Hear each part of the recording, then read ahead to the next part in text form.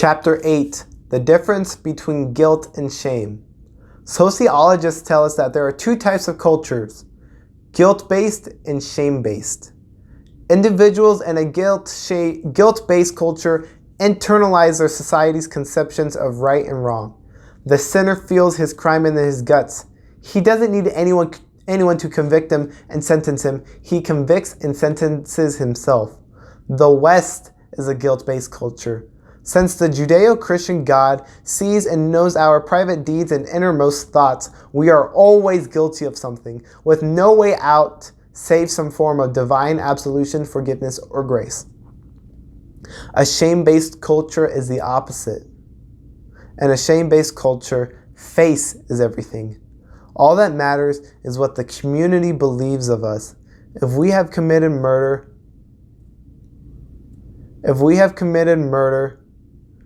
but we can convince our fellows that we're innocent, we're home free. On the other hand, if the community believes evil of us, even if we're blameless, we have lost face and honor.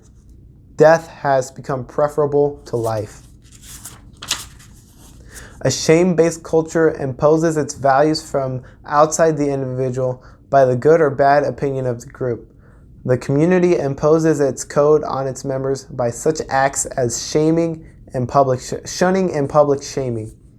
The Japanese warrior culture of Bushido is shame-based. It compels those it deems cowards or traitors to commit ritual suicide.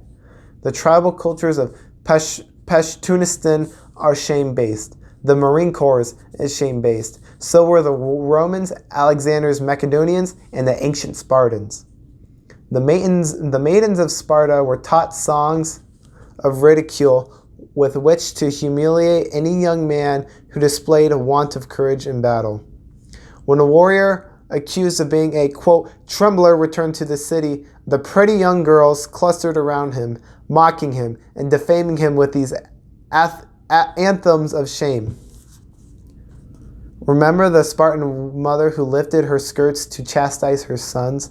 Where are you running? Back from whence you came? If a Spartan youth failed to show courage in battle, his fiancée would abandon him.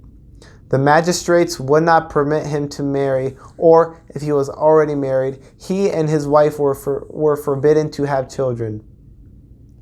If the warrior had sisters of marriageable age, their suitors would be compelled to part from them. This man's whole family would be shunned. At Thermopylae in 480 BC, every one of the 300 Spartans died resisting the Persian invaders, except one, a warrior named Aristodemus, who was withdrawn at the last minute because an eye inflammation had rendered him temporarily blind. The next year, the Spartans faced the Persians at Plataea in central Greece. This time, Aristodemus was healthy and fought in the front rank. When the battle was over, all who had witnessed his actions agreed that Aristodemus had earned the prize of valor. So brilliant and relentless had been his courage. But the magistrates refused to award him this honor, judging that he was driven by such shame that he risked his life recklessly, deliberately seeking to die.